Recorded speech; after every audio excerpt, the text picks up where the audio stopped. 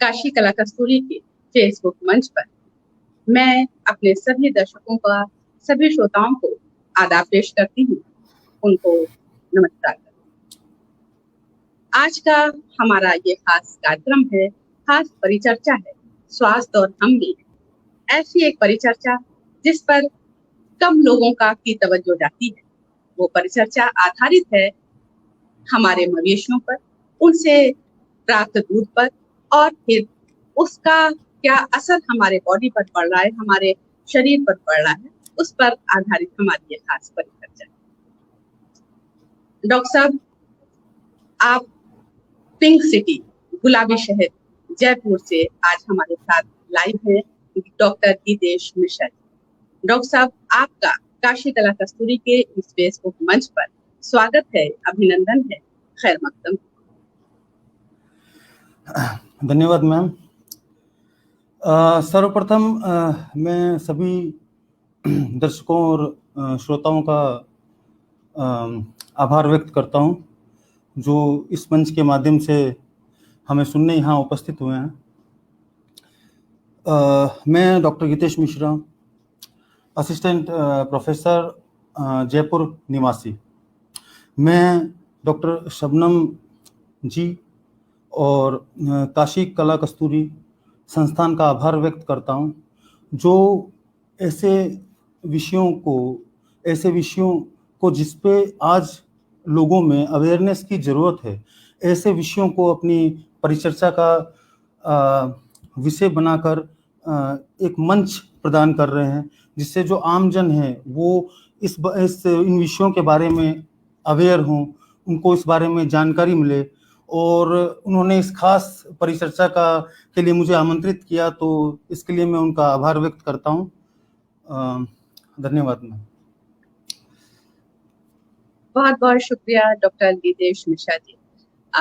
Doctor Geetesh Mishra ji Jaipur से मेरे साथ लाइव हैं। आप वेटरनरी डिपार्टमेंट में आप असिस्टेंट प्रोफेसर हैं।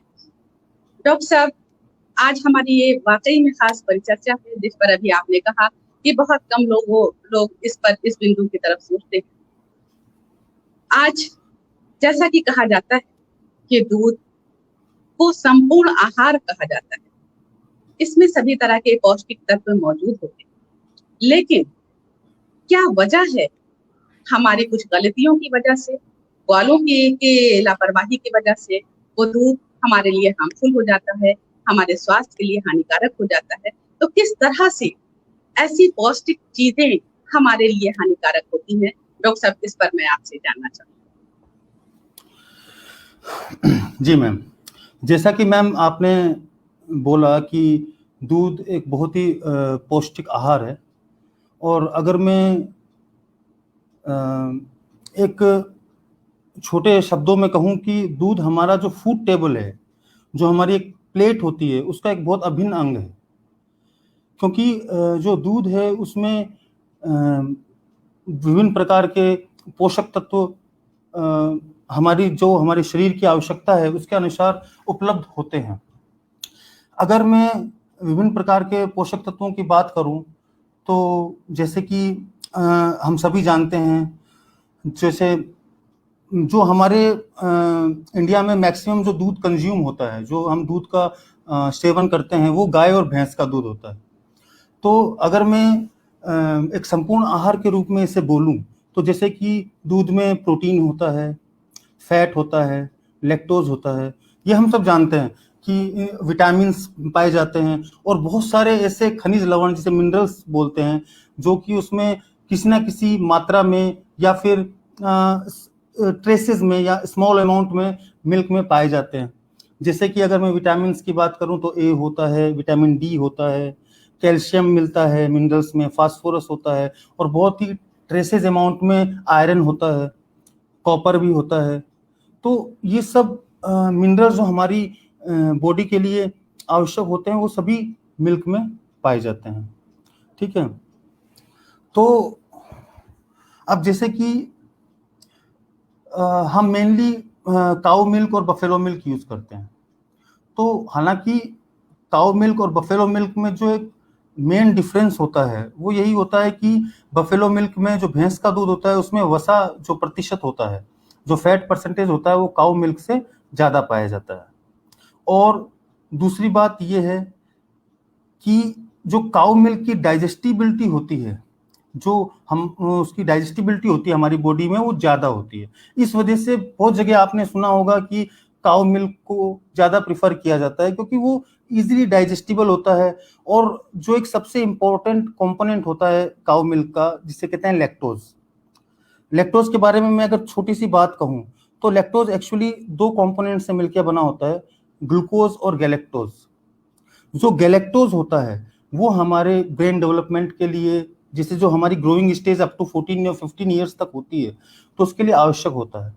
तो जो काऊ मिल्क का लैक्टोज प्रतिशत होता है वो ह्यूमन मिल्क के लैक्टोज प्रतिशत के बहुत ही करीब होता है। जैसे ह्यूमन मिल्क में लैक्टोज का प्रतिशत लगभग 7% के आसपास लैक्टोज पाया जाता है, वहीं काऊ मिल्क में 5% के आसपास लैक्टोज पाया जाता है।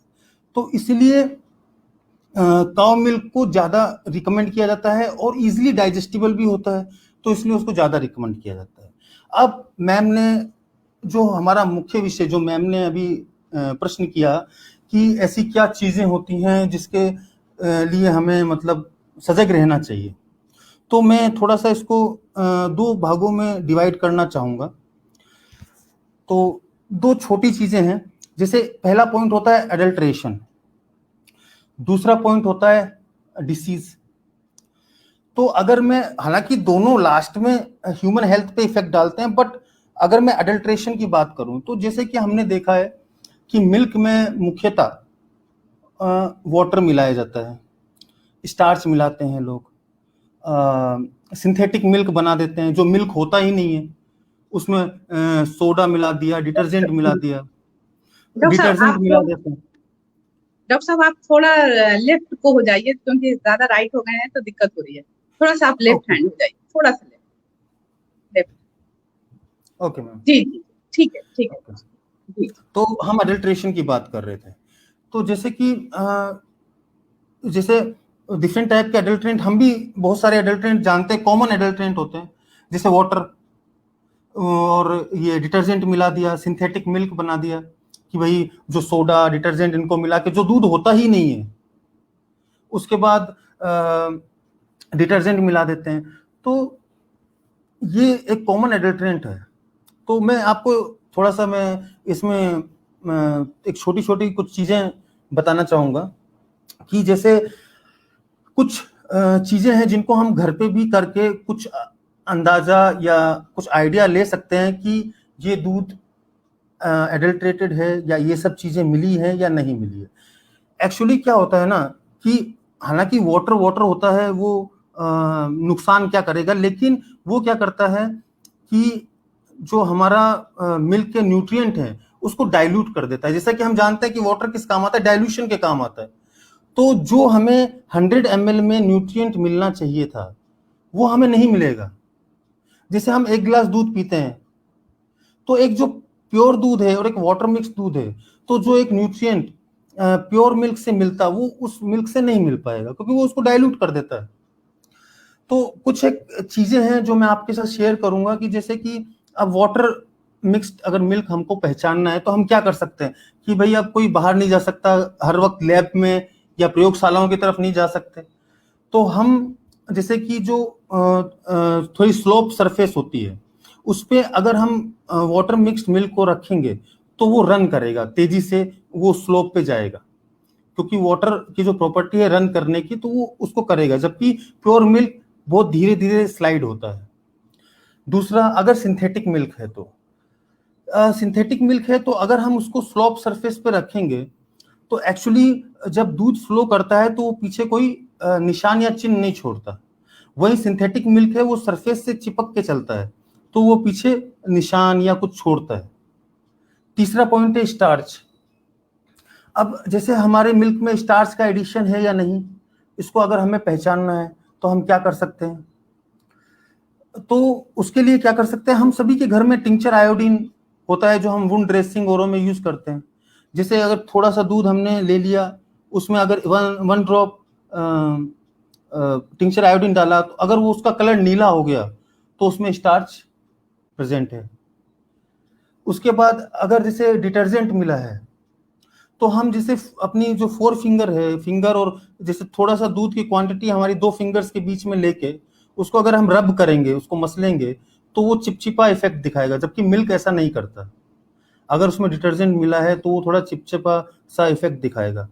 तो ये सब चीजें हैं, ये छोटे छोटे 3-4 मेथड है जिससे हम जो कॉमन एडल्ट्रेंट है उसको हम पहचान सकते हैं।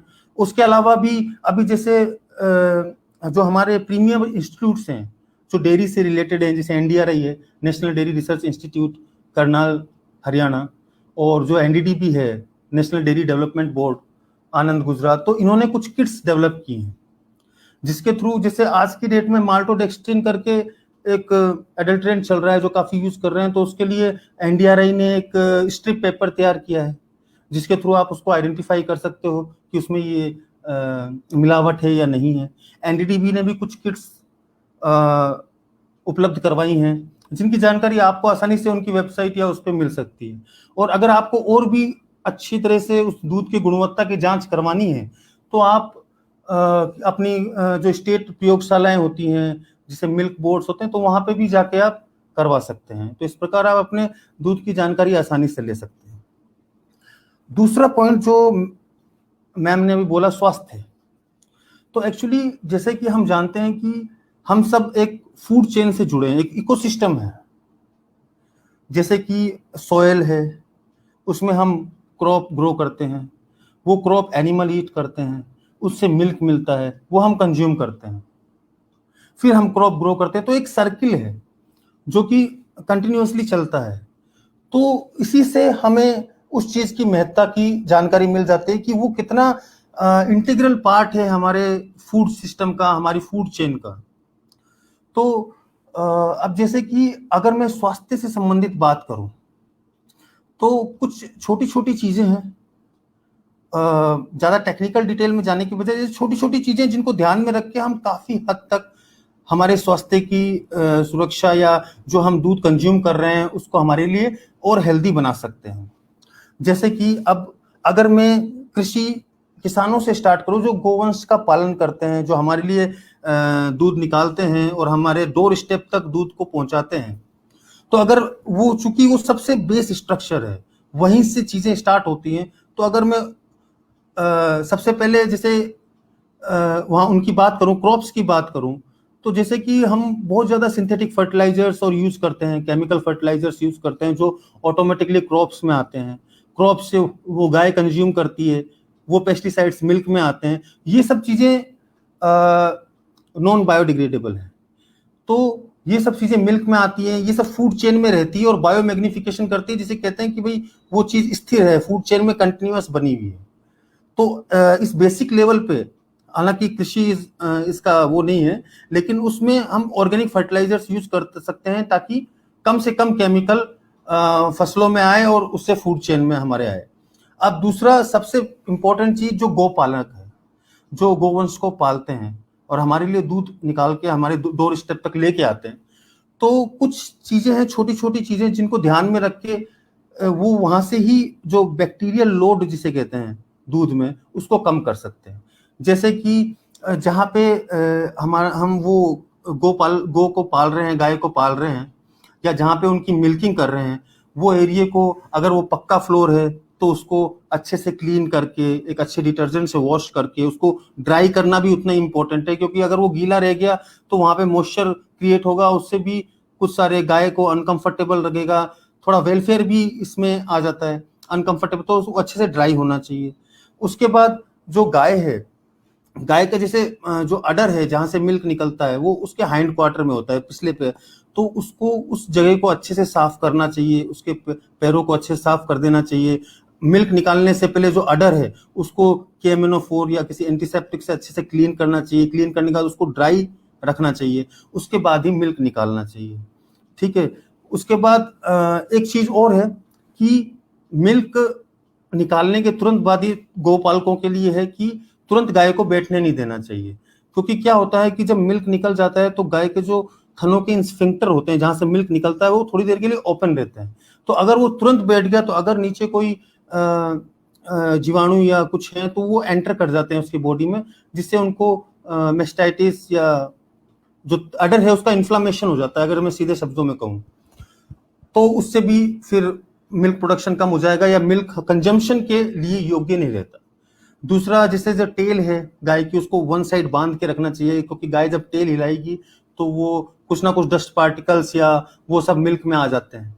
दूसरा, अगर किसी गाय का ट्रीटमेंट चल रहा है या किसी गाय का कोई बीमारी है या ट्रीटमेंट हो रहा है तो कम से कम उसको आइसोलेट रखना चाहिए, उसके दूध को उनको सेल नहीं करना चाहिए जब तक वो जो उनका विड्रॉल पीरियड होता है अराउंड 70 to 96 आवर्स का जो विड्रॉल पीरियड होता है, ताकि जो एंटीबायोटिक्स हैं या जो उसने कंज्यूम किए हैं वो रेसिड्यू ब्लड में ना हो या उसके थ्रू मिल्क में ना आए, तो वो उसको उनको पालन करना चाहिए। ठीक है। फिर उसके बाद सबसे इम्पोर्टेंट चीज जो इस फूड चेन की सबसे इम्पोर्टेंट कड़ी है वो है हमारे कंज्यूमर। तो जब दूध वहां से हमारे डोर स्टेप पे आता है तो हम भी छोटी छोटी चीजों का ध्यान रख सकते हैं, जैसे कि अब जैसे स्टेनलेस स्टील टाइप के बर्तन का यूज कर सकते हैं, क्योंकि क्या होता है वो कोरोसिव नहीं होते हैं। तो कोरोसिव नहीं होते तो डेफिनेटली उसमें दूध ज़्यादा सुरक्षित रहता है। और दूसरा कि उस बर्तन को जिसमें हम दूध लेते हैं उसको अच्छे से धोना चाहिए, डिटर्जेंट से साफ करना चाहिए।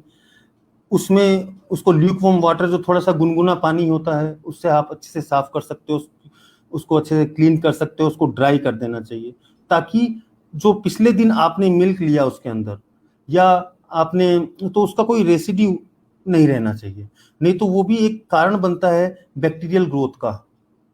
क्योंकि जैसे मिल्क एक संपूर्ण स्रोत है हमारे लिए, वैसे ही वो संपूर्ण स्रोत है बैक्टीरिया, क्योंकि ये सब शुगर ओरों में ग्रोथ करते हैं।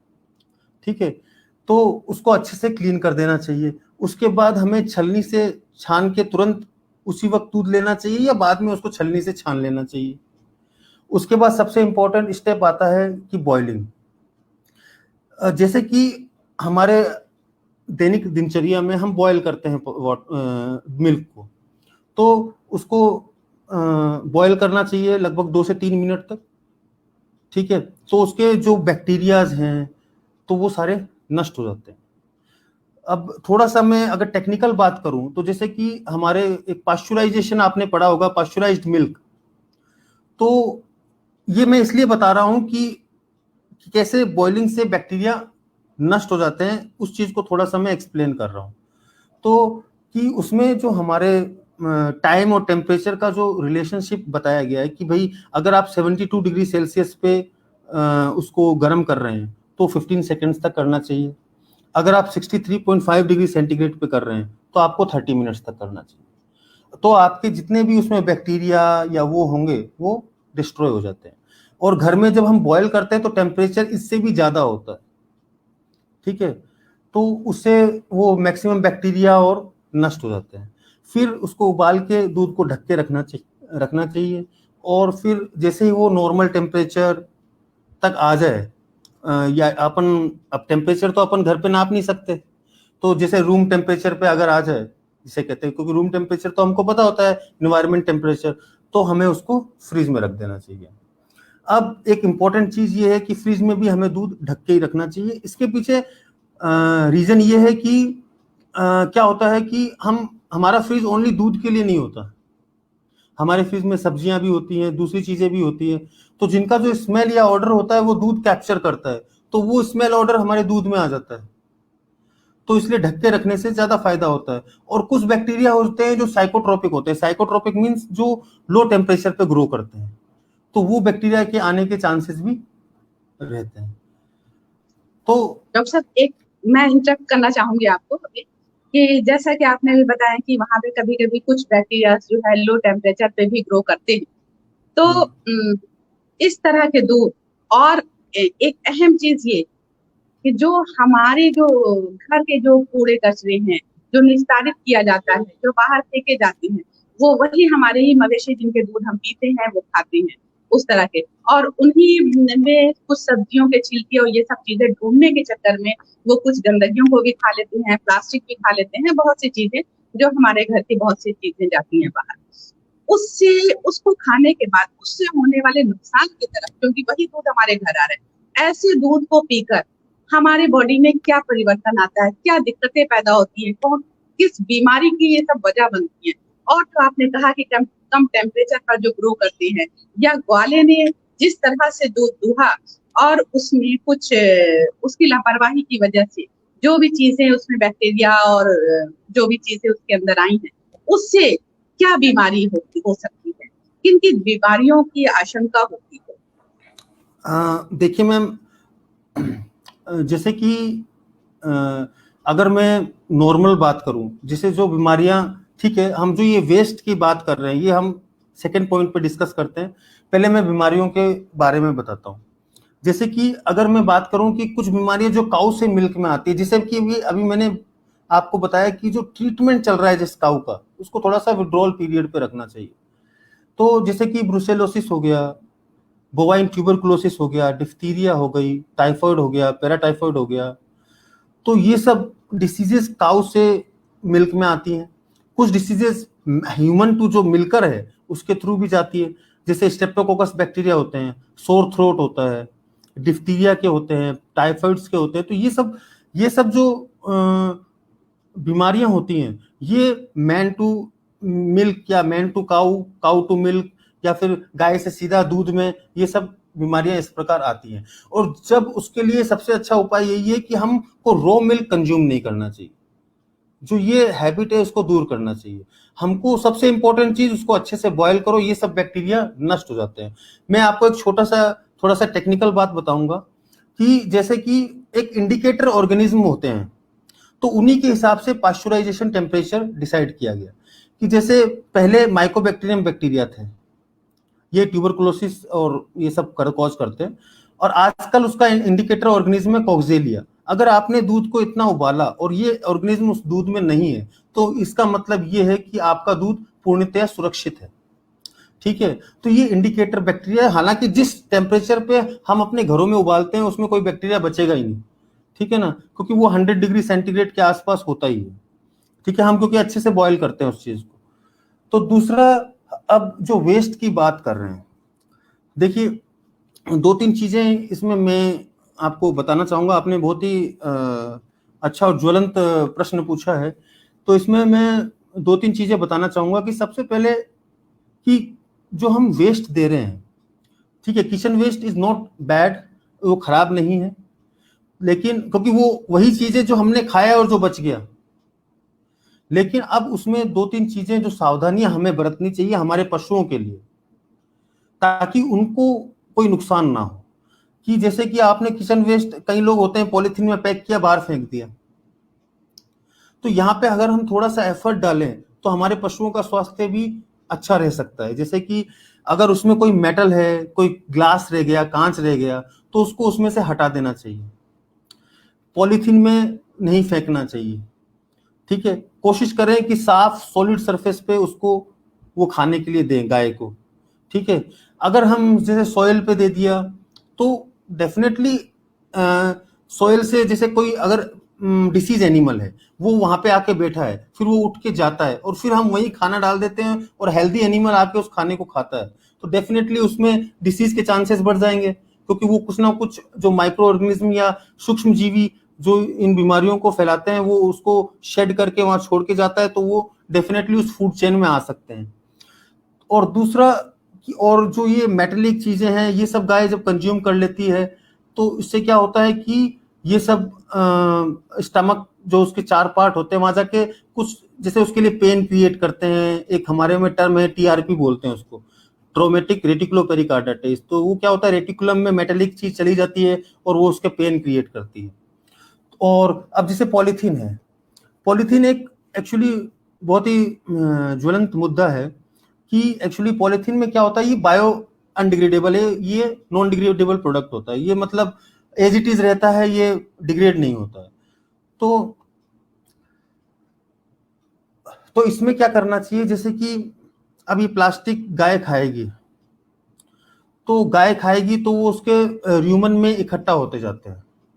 जब वो र्यूमन में इकट्ठा होते जाते हैं तो वो क्या करते हैं कि उसकी जो फीड इनटेक है, उसकी जो र्यूमन कैपेसिटी है उसको कम करते हैं। ठीक है, तो वो कम कर देंगे तो ऑटोमेटिकली उसका मिल्क प्रोडक्शन कम हो जाएगा। तो हालांकि जो उसका मिल्क में कितना प्रतिशत होता है प्लास्टिक का, वो अभी तक शोध का विषय है। बट अभी रिसेंटली अगर हम मेरा एक न्यूज आई है, उसमें आजकल एक मुद्दा बना है प्लास्टिक माइक्रो पार्टिकल। इसमें क्या देखा गया है कि जैसे जब हम प्लास्टिक और ये सब फेंक देते हैं जैसे समुद्र में या सागर में, तो अभी कुछ सी फूड्स में वो प्लास्टिक माइक्रो पार्टिकल पाए गए हैं। क्योंकि क्या हुआ है कि लॉन्ग टर्म से वो जो प्लास्टिक वेस्ट है वो वहां पे इकट्ठा होता चला जाता है। लास्ट में जो उसके जो टॉक्सिक एलिमेंट्स होते हैं, माइक्रो पार्टिकल्स होते हैं, वो चेन के थ्रू या एनवायरनमेंट के थ्रू उस फूड चेन में आते हैं और वो सी फूड में पाए गए हैं। तो अगर हम शॉर्ट टर्म की बात ना करें तो लॉन्ग टर्म में डेफिनेटली ये चीज नुकसान करती है। ठीक है, तो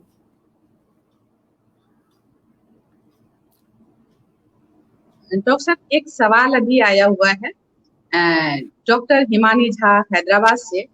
उन्होंने ये सवाल किया कि जो इंजेक्शन के थ्रू ग्वाले जो पहले इंजेक्शन लगाते हैं भैंस को, उसके बाद जो दूध दूहते हैं, उस दूध का क्या नुकसान होता है हमारे बॉडी पर, उसका क्या असर होता है, उस पर पूछा गया। क्या ये तरीका सही है? देखिए एक्चुअली ये तरीका जो है ये सही नहीं है, क्योंकि वो जो भी मिल्क प्रोडक्शन को बढ़ाने के लिए जो इंजेक्शन लगाते हैं, जो हार्मोन के, जिससे कि उसका मिल्क प्रोडक्शन बढ़ जाए, तो अगर जैसे कि एक हाफ लाइफ पीरियड होता है, हाफ लाइफ पीरियड उसे कहते हैं कि अगर हम जैसे गाय को स्वस्थ करने के लिए या गाय के एक जो फिजिबल वे होता है, एक सही तरीका जो होता है, उसको सही करने के लिए हम कुछ दे रहे हैं गाय को, तो उसकी एक हाफ लाइफ टाइम होती है जिसमें वो उसकी जो क्वांटिटी है वो शरीर में घटती जाती है। तो डेफिनेटली ये जो इंजेक्शन लगाते हैं या हार्मोन्स का यूज करते हैं, तो वो डेफिनेटली मिल्क में आता है और वो हमारी बॉडी में जाता है, तो वो डेफिनेटली हमारे लिए निश्चित रूप से हानिकारक सिद्ध होता है। तो इस प्रकार की प्रैक्टिसेस को रोकना चाहिए। और गाय के लिए भी अगर मैं वेलफेयर की बात करूं तो ये सही नहीं है, जो हमारे एनिमल है उनके लिए भी ये चीज सही नहीं है। डॉक्टर साहब, इस तरह के इंजेक्शन से जो दूध हम लोग कंज्यूम कर रहे हैं, उससे बीमारियां क्या हो रही हैं वो, और सेकंड ये कि उस तरह के इंजेक्शन से गाय को या बफेलो को क्या दिक्कतें आ सकती हैं, उनको उनके बॉडी के लिए भी क्या परेशानियां हो सकती हैं? जैसे मैम एक्चुअली क्या है ना कि जनरली ऑक्सीटोसिन यूज किया जाता है, कि जैसे कि वो क्या करता है कि मस्कुलर कॉन्ट्रैक्शन बढ़ा देता है और मिल्क को इंक्रीज करता है। बट जनरली क्या होता है कि वही हार्मोन हमारी बॉडी में जाता है। ठीक है, हालांकि उसकी हाफ लाइफ टाइम बहुत कम होती है, तो वो बहुत ही माइन्यूट अमाउंट में हमारी बॉडी में जाता है, क्योंकि उसकी generally half life time 5 minutes या कुछ होती है।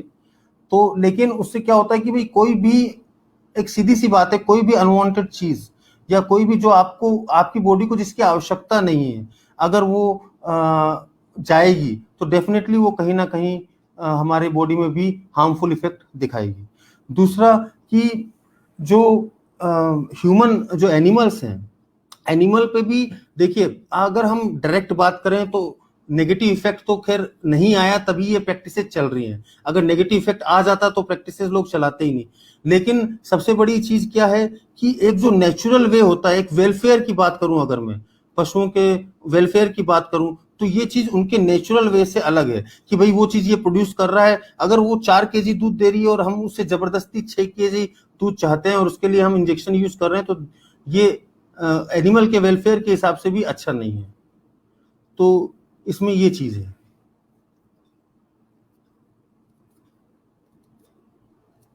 डॉक्टर साहब, कोई और खास बात जो आप बताना चाह रहे थे और बीच में इस तरह के क्वेश्चंस आ गए, तो उसको आप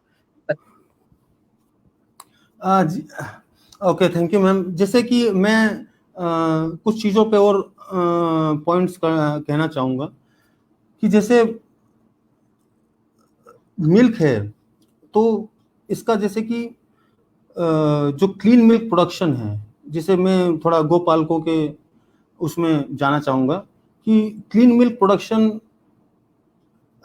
मतलब आज की थोड़ा डिमांड है, क्योंकि जो हेल्थ इफेक्ट्स हैं इसके बहुत ही हेल्थ इफेक्ट साइड इफेक्ट्स बहुत आ रहे हैं।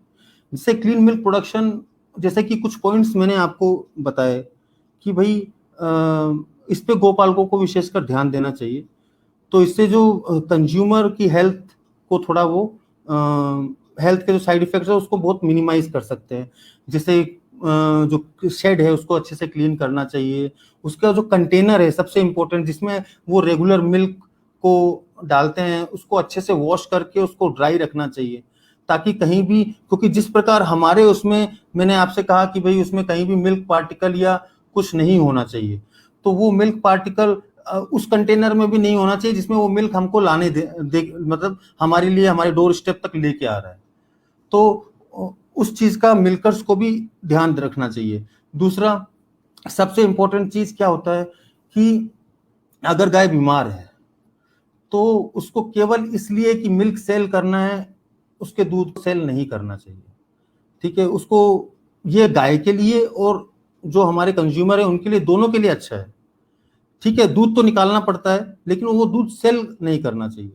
क्योंकि क्या होता है कि क्योंकि अगर गाय के अडर में भी दूध रह गया तो वहां पे बैक्टीरियल इन्फेक्शन कॉज कर सकता है। क्योंकि जैसा मैंने पहले बताया कि दूध जो है दूध जो है वो बैक्टीरिया और के ग्रोथ के लिए बहुत ही अच्छा माध्यम है। तो उसके लिए मतलब उनको अच्छे से, उनको सेपरेट आइसोलेटेड जगह पे रखना चाहिए और उनको अच्छे से जब तक उनकी एंटीबायोटिक्स जो भी वो दे रहे हैं उसका विड्रॉल पीरियड कंप्लीट नहीं हो जाता है तब तक उनको मिल्किंग प्रोसेस में नहीं लाना चाहिए। दूसरा है कि भाई आपको जो सेफ मिल्किंग प्रोसीजर्स होते हैं, जो मिल्कर्स हैं, अब जैसे जो डेली मिल्कर है वो बार बार चेंज नहीं होना चाहिए, तो क्योंकि जो स्ट्रेंजर्स हैं उससे भी वो मिल्क प्रोडक्शन पे इफेक्ट होता है। जो रेगुलर उसको मिल्किंग कर रहा है उसी एनिमल्स उसी मिल्कर से मिल्किंग करवानी चाहिए। क्योंकि क्या होता है, न्यू स्ट्रेंजर से वो थोड़ा सा फ्राइटन होते हैं तो उससे मिल्क प्रोडक्शन थोड़ा कम होता है। तो डेफिनेटली ये चीज इम्पैक्ट करती है उनके प्रोडक्शन को। और मिल्कर्स को दूध दोने से पहले अपने हाथों को बहुत अच्छे से सैनिटाइज करना चाहिए, उसको सुखा के साफ करके। और साथ में जो बैड हैबिट्स हैं वो नहीं होनी चाहिए, जैसे च्यूइंग टोबैको टाइप्स की बैड हैबिट्स नहीं होनी चाहिए। तो डेफिनेटली ये सब चीज़ें बहुत आवश्यक हैं, और हमारे फार्मर्स के पॉइंट ऑफ व्यू से भी, एनिमल के पॉइंट ऑफ व्यू से भी, as well as consumer point of view से भी। डॉक्टर साहब, एक सवाल हमारे श्रोता की तरफ से आया हुआ है कि अमूल या ये कमलाकर सिंह जी ने ये सवाल किया है कि अमूल या मदर डेयरी या अन्य कंपनी का दूध मार्केट में उपलब्ध है, क्या वो जो हम डायरेक्ट लेते हैं वो ज्यादा बेहतर है या इस तरह से जो उपलब्ध है उसका पीएलएफ बताएं। देखिए मैम कि अब जैसे अमूल, सरस, ये सब जो ब्रांड हैं, ये जो दूध बेचते हैं, डेफिनेटली दो तीन चीजें तो इनके फेवर में जाती हैं कि भाई ये पाश्चराइज्ड करके बेचते हैं। उस मिल्क में क्या क्या कंपोनेंट है वो आपके हाथ में होते हैं। जैसे एक जो ओपन जो वेंडर आपको दे रहा है तो वो उसके उसमें क्या क्या कंपोनेंट्स है या क्या है वो आपको नहीं पता। ठीक है, बट जैसे अब जो पैकेट दूध आते हैं, मैं किसी को जज नहीं कर रहा, वेंडर का भी दूध अच्छा होता है, और दोनों ही केस में हमें सावधानी हमें ही बरतनी है। उसको अच्छे से बॉईल करना हमारी ही जिम्मेदारी आती है। तो उसमें क्या होता है कि भाई भाई आपके सामने सारे न्यूट्रिएंट्स होते हैं, उसमें क्या न्यूट्रिएंट कितनी मात्रा में है वो आपके उस पैकेट पे लिखा हुआ होता है।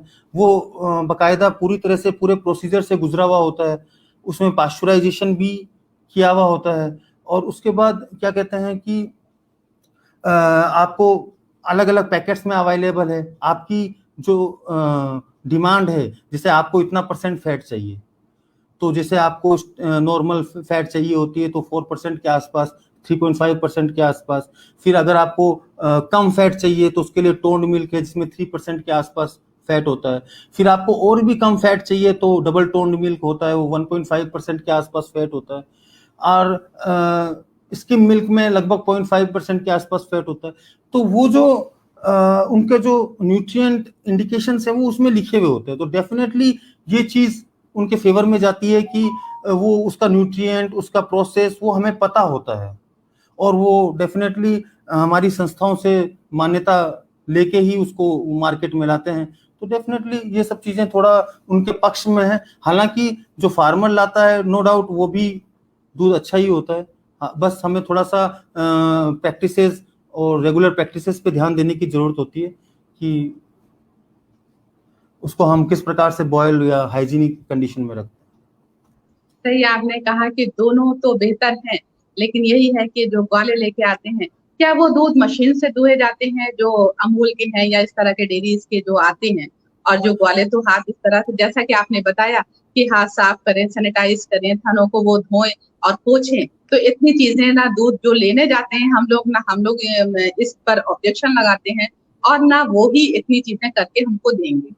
तो उस हिसाब से देखा जाए तो हाइजीन के अकॉर्डिंग तो फिर ये आपके जो पैक्ड मिल्क आ रहे वही बेटर होगा। जी हाँ, ये आप मान सकते हैं कि भाई हाइजीन के अकॉर्डिंगली डेफिनेटली उसको आप भाई पैकेट में ही रख के उसको नॉर्मल टेम्परेचर पे ला सकते हैं। अब हाइजीन अकॉर्डिंगली आप मान सकते हैं, बट देखिए अगर हम ग्वालों की बात करें तो आप उस दूध की गुणवत्ता ऐसे बढ़ा सकते हैं कि जैसे आप अगर जैसे कहीं वेंडर की बजाय वहां पे जाके लेना पसंद करते हैं तो आप उस वक्त जा सकते हैं जब वो दूध दुहा जा रहा होता है। तो आप वहां पे पूरा देख सकते हैं कि भाई जो नॉर्मल छोटी छोटी चीजें हैं कि सैनिटेशन का ख्याल रखा जा रहा है या नहीं रखा जा रहा, हाइजीन का ख्याल रखा जा रहा है या नहीं रखा जा रहा। कहीं मैंने एक डेयरी है बिहार में, मुझे अभी नाम याद नहीं आ रहा, वो बॉटल मिल्क बेचता है। एक्चुअली ये एक एंटरप्रेन्योरशिप का कोर्स था जो बिहार एग्रीकल्चर यूनिवर्सिटी ने ऑनलाइन एग मूक पे करवाया था, एजी मूक करके एक ऐप है, तो उसमें करवाया था, उसका मुझे नाम याद नहीं आ रहा। तो उसमें उसने अपने जो मिल्क है वो फार्म के थ्रू देता था, गिर का फार्म था शायद उसके। तो उसने अपने कस्टमर किस प्रकार बनाए वो उसमें वो ये बताता है कि वो अपने कस्टमर्स को ये आमंत्रित करता था कि आप मेरे फार्म पे आइए और उसका हमारे मिल्क का जो प्रोसीजर है वो आप देख सकते हैं। तो डेफिनेटली इसका उसको फायदा मिला और उसके कंज्यूमर्स और वो बड़े लोग आसपास के क्षेत्रों में उसने उसको बढ़ाया। तो अभी मुझे उस फार्म का नाम याद नहीं आ रहा, लेकिन हाँ ये एक अच्छी प्रैक्टिस थी कि उसने अपने कंज्यूमर को आश्वस्त किया कि भाई मेरा मिल्क अच्छा मिल्क है, और डेफिनेटली वो पैकेट करके उस मिल्क को सेल करता है और अपने कंज्यूमर को ये भी कहता है कि आप आओ और मेरे जो फार्म पे मिल्किंग का पूरा प्रोसेस है वो आप उसको देखो। तो अगर आपको अच्छा लगता है तो आप मिल्क को परचेज कीजिए, नहीं तो आप, तो ये भी एक चीज हो सकती है जिससे हमारे जो पशुपालक है वो अपने जो सेल है, जो कंज्यूमर का एक बिलीफ होता है उसको वो ले सकते हैं।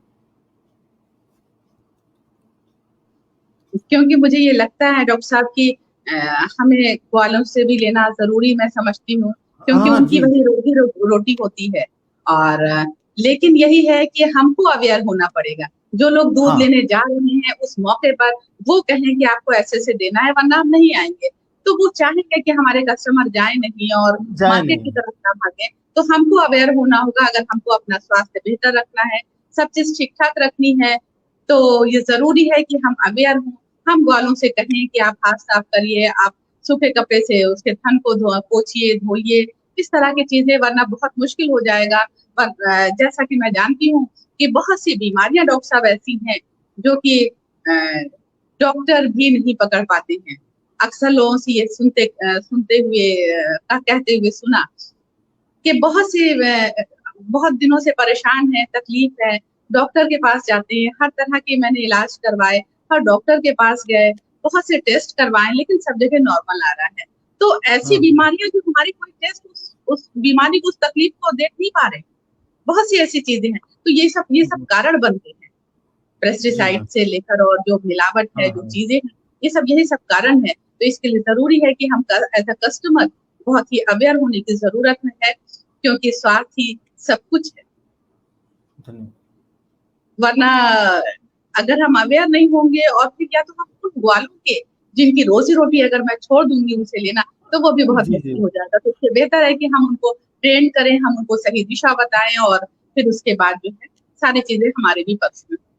जी जी मैम। जी मैम, आपने बहुत सही पॉइंट कहा, क्योंकि अवेयरनेस बहुत ज़रूरी है। क्योंकि जो भोजन हम खा रहे हैं उसकी शुद्धता की जांच करना हमारा राइट भी है, और हमारा वो भी है कि भाई हमें ही करनी पड़ती है, कि क्योंकि हम बहुत सारे हमारे जो पेरिशेबल आइटम्स होते हैं वो हमारे डेली फूड में होते हैं, जैसे कहीं वेजिटेबल्स हो गई, फ्रूट्स हो गया, मिल्क हो गया। तो ये सब चीज़ों का ध्यान रखना और उसके लिए अवेयर होना बहुत ही आवश्यक है। और अ,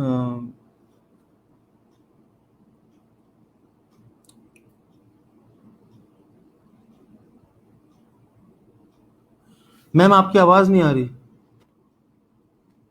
डॉक्टर साहब, ये वितानिका त्रिपाठी, इनका कुछ देखिए डिस्प्ले हो रहा होगा, आप भी पढ़ रहे होंगे। तो जो कैमल मिल्क के बारे में जो जानकारी ये चाहिए उसके बारे में थोड़ा कुछ बताएं।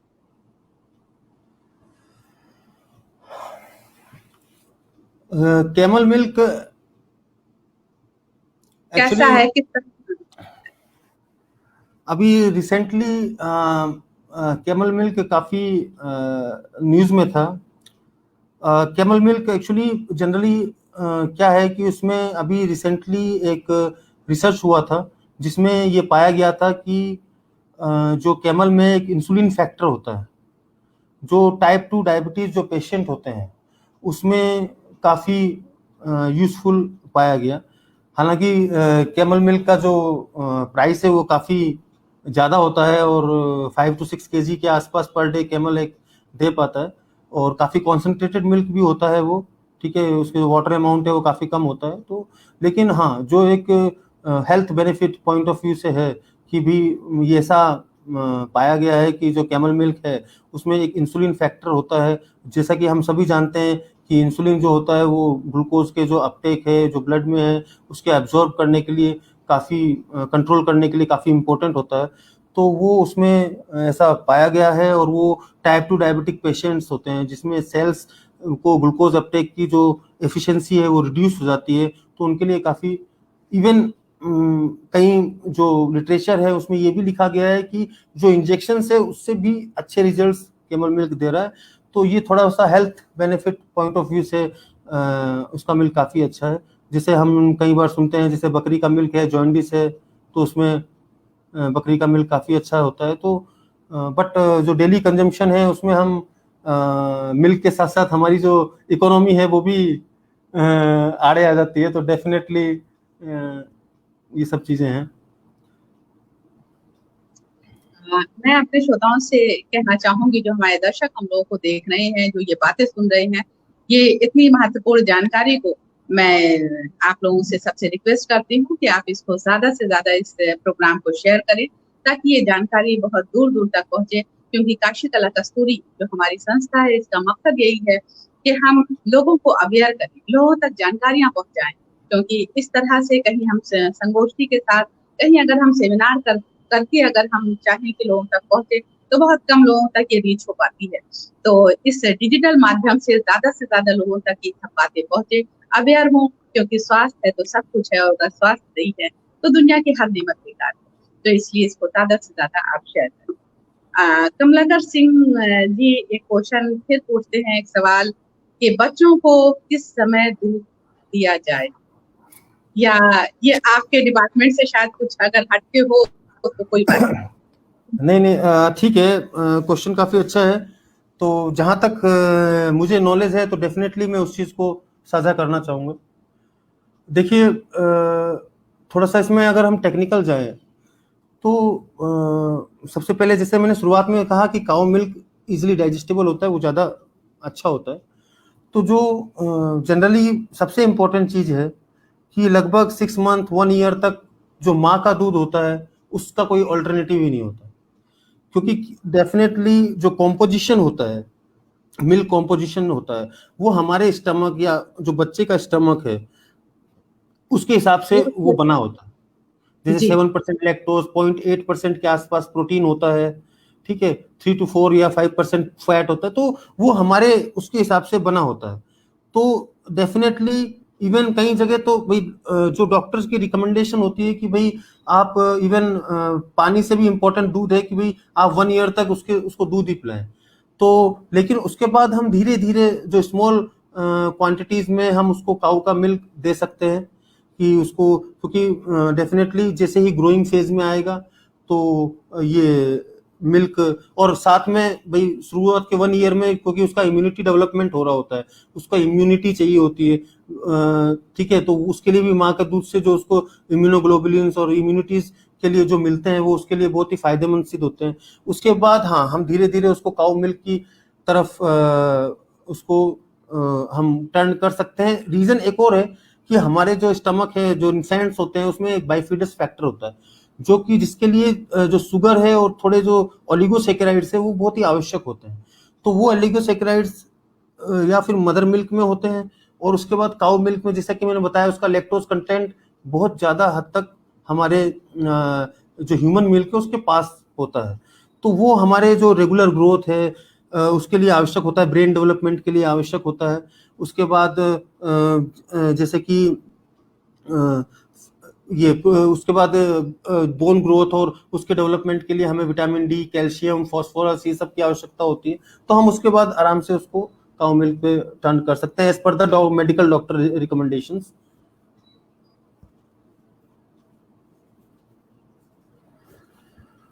उन्होंने ये पूछा कि अभी किस वक्त देना, जैसे जो हमारे बुजुर्ग हैं उनको देने के लिए, कि जिस तरह के कंपोनेंट हैं मिल्क में, तो उस अकॉर्डिंग रात में दे पीना ज्यादा सही पड़े होता है या मॉर्निंग में, हमारे बुजुर्गों का, जो हमारे बच्चे हैं उनके लिए। अब काऊ मिल्क, अब वो तो खैर उस पे है, मैं इसका तो खैर इतना हाँ हाँ, क्लियरली पूछा इंडिकेट नहीं कर कि सकता।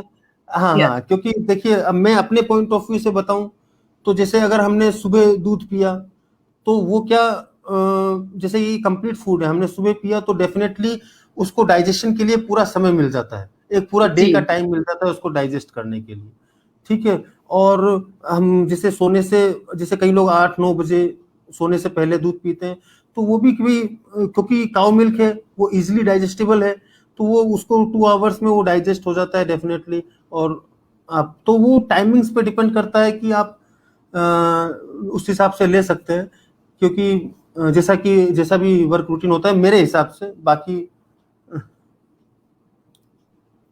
डॉक्टर साहब, कोई खास बात की जो आप इसके सिलसिले से कुछ बताना चाहें, हमारे मवेशियों के सिलसिले से या दूध से संबंधित कोई खास चीज जो अभी तक आप नहीं बता पाए हो, उसको मैं सुनना चाहूँ।